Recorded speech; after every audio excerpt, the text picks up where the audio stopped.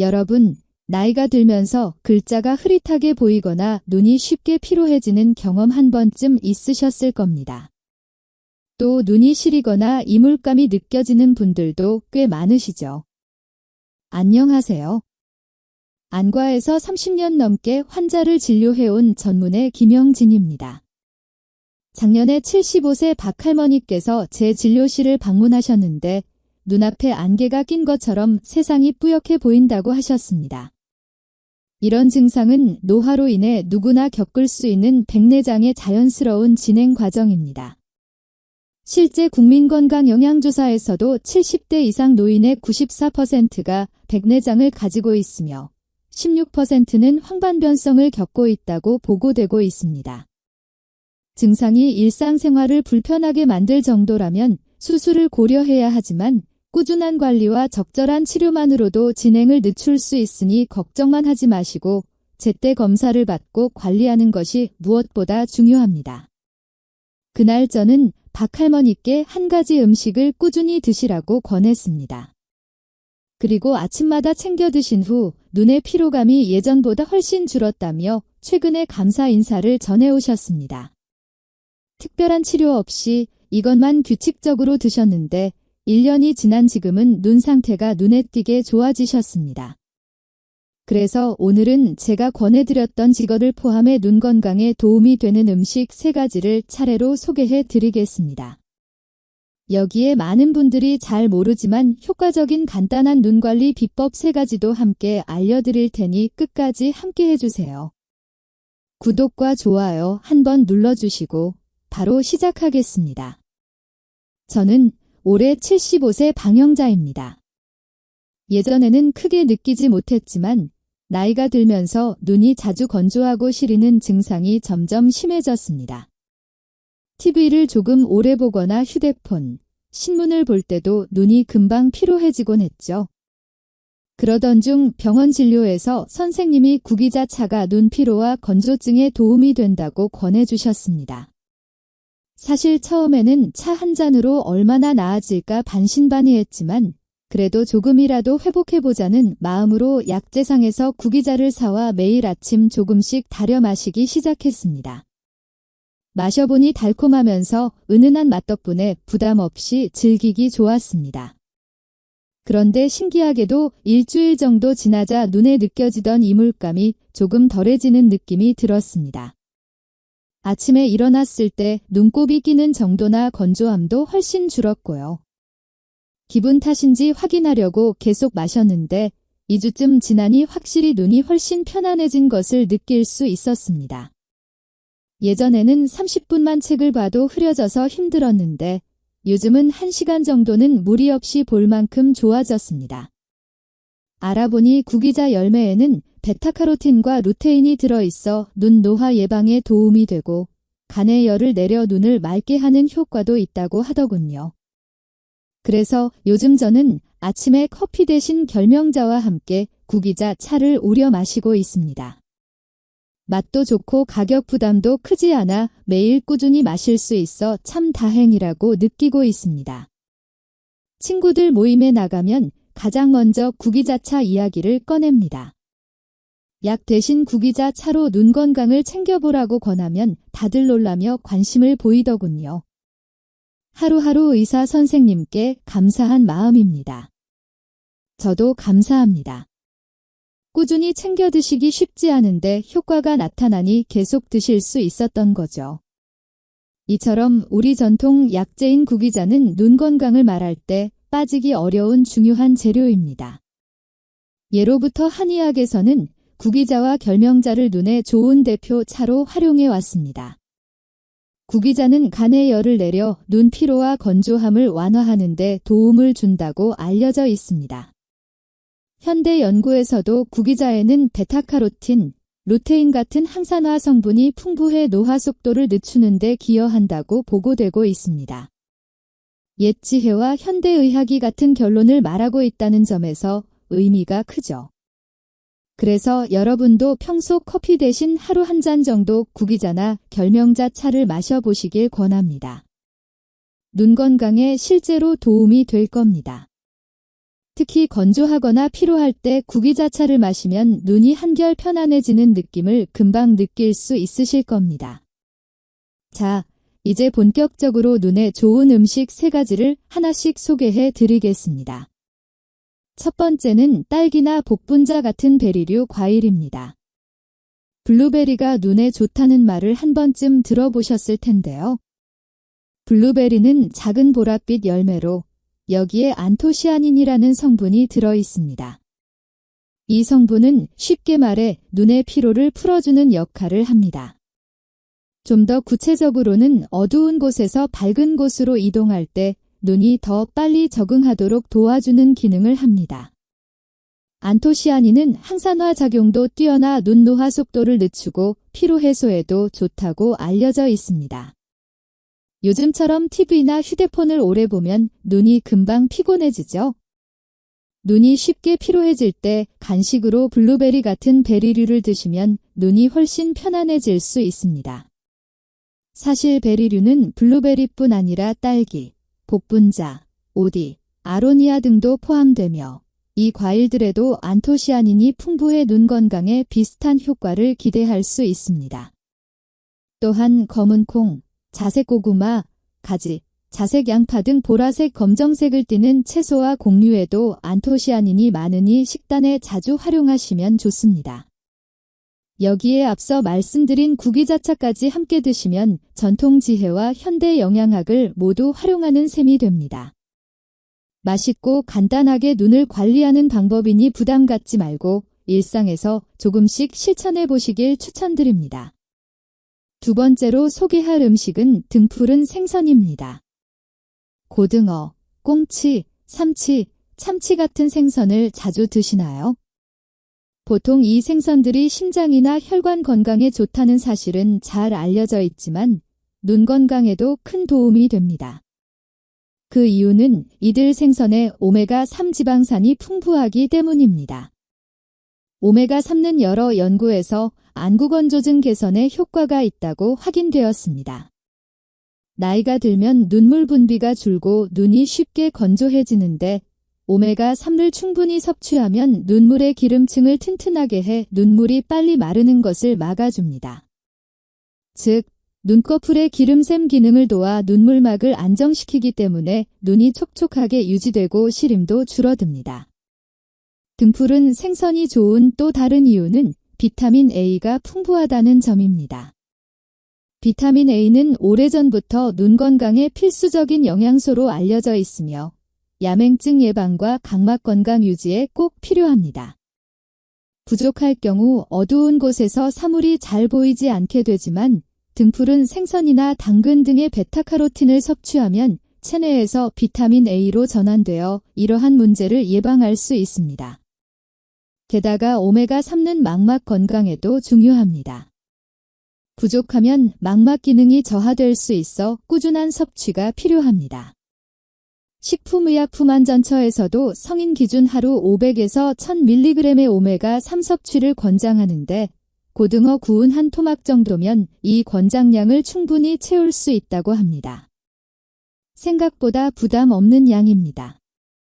따라서 오늘 저녁 반찬으로 고등어나 꽁치, 삼치 같은 생선을 드신다면 눈을 촉촉하게 유지하는 데 큰 도움이 될 것입니다. 마지막으로 소개해드릴 음식은 녹황색 채소,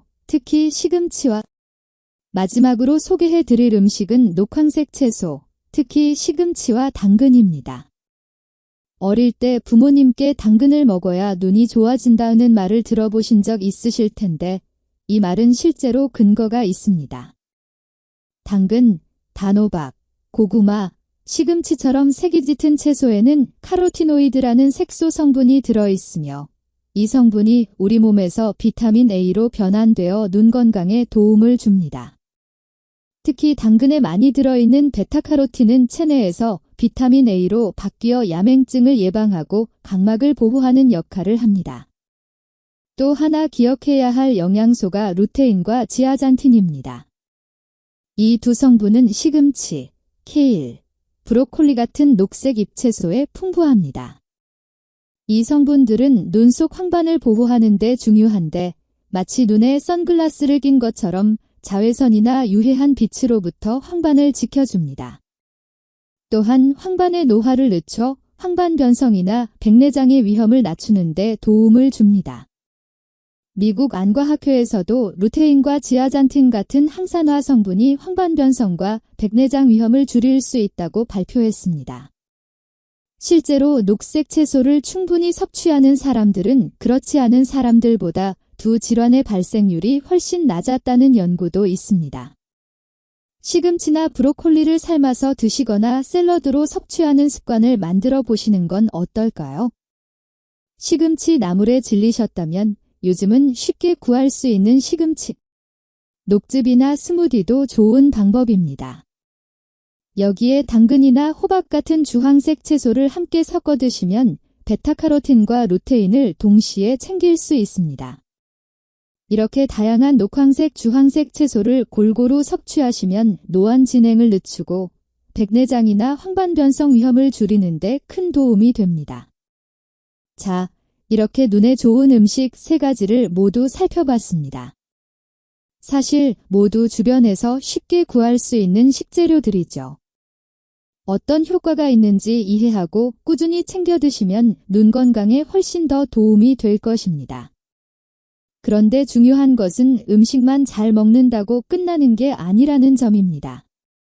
아무리 좋은 영양을 섭취해도 눈을 무리하게 사용하는 습관이 있다면 효과가 떨어질 수밖에 없습니다.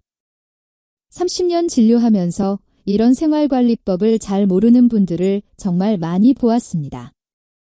그래서 마지막으로 눈 건강을 위해 꼭 기억해야 할 생활 속 관리 비결 5가지를 알려드리겠습니다. 집중해서 들어주세요. 첫째, 20대 20-20 규칙으로 눈에 규칙적인 휴식을 주세요. 요즘은 어르신들도 스마트폰으로 유튜브나 뉴스를 자주 보시는 시대죠. 하지만 화면을 오래 바라보면 눈의 조절 근육이 긴장해 금방 피로해집니다. 이럴 때 미국 검안협회가 권장하는 20대 20-20 원칙을 실천해 보세요. 쉽게 말해 20분마다 시선을 잠시 다른 데로 돌려 휴식을 주는 방법입니다. 텔레비전이나 스마트폰을 20분 정도 보셨다면 잠시 고개를 들어 창밖이나 방 건너편처럼 조금 먼 곳을 20초 정도 바라보세요.